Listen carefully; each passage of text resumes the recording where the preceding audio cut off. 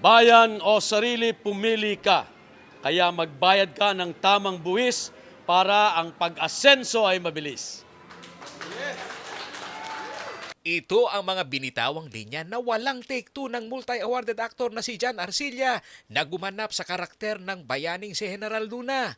Nakiisa at sumuporta si Arcilla sa malawakang tax information drive ng Bureau of Internal Revenue Revenue District Office o RDO 52 sa Parañaque nitong Huwebes, February 15. Para sa akin is kailangan kong himukin ng ating mga kababayan para nang sa gayon para rin naman sa kanila ito.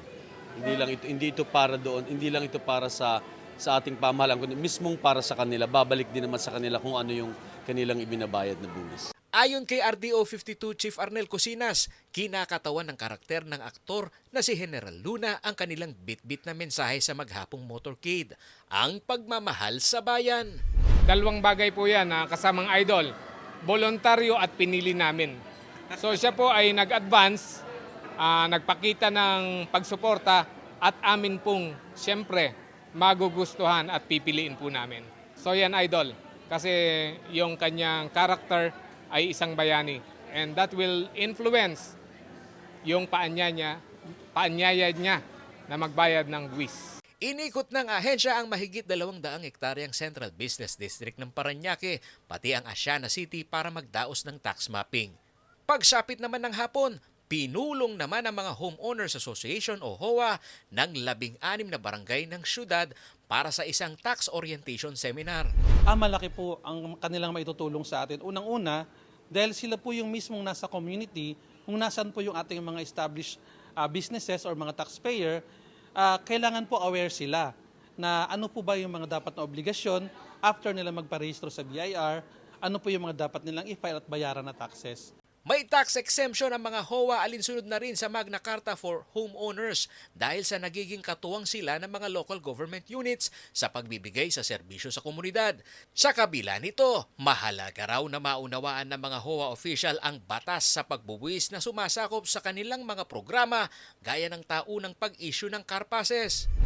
Meron silang exemption pero beyond the conduct of their task as a homeowners association, yun po ay pwedeng maging taxable.